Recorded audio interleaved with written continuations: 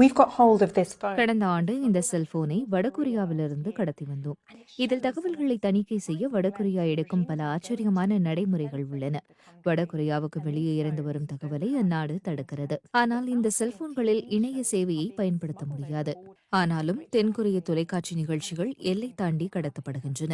அதன் மூலம் தென்கொரியா எவ்வளவு வளமான நாடு, மக்களுக்கு எவ்வளவு சுதந்திரம் உள்ளது என்பதை காட்டி வடகொரிய அரசை குறை மதிப்பீடு செய்ய பயன்படுத்தப்படுகிறது. கிம் ஜாங் உன் இப்போது இந்த நிகழ்ச்சிகளுக்கு தடை விதித்துள்ளார். மேலும் இந்த செல்போனின் மூலம் அவர் பிரபலமான தென்கொரிய வார்த்தைகளையும் பயன்படுத்த தடை விதித்துள்ளதை பார்க்கலாம்.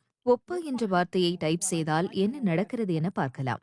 கொரியனில் இந்த வார்த்தைக்கு சகோதரர் என்று பெயர். ஆனால் தென்கொரியாவில் உள்ளவர்கள் இந்த வார்த்தையை அவர்களின் காதலர்களை குறிப்பிடவும் பயன்படுத்துகிறார்கள்.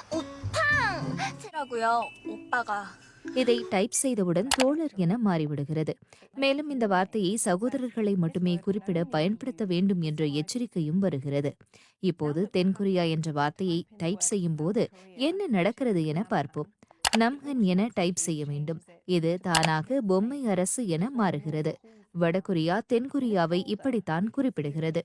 இந்த போல்டரில் இந்த செல்போன் 5 நிமிடங்களுக்கு ஒரு முறை ஸ்கிரீன்ஷாட் எடுப்பதை பார்க்கலாம். ஆனால் இதனை பயனாளர்களால் பார்க்க முடியாது. அதிகாரிகளால் மட்டுமே பார்க்க முடியும்.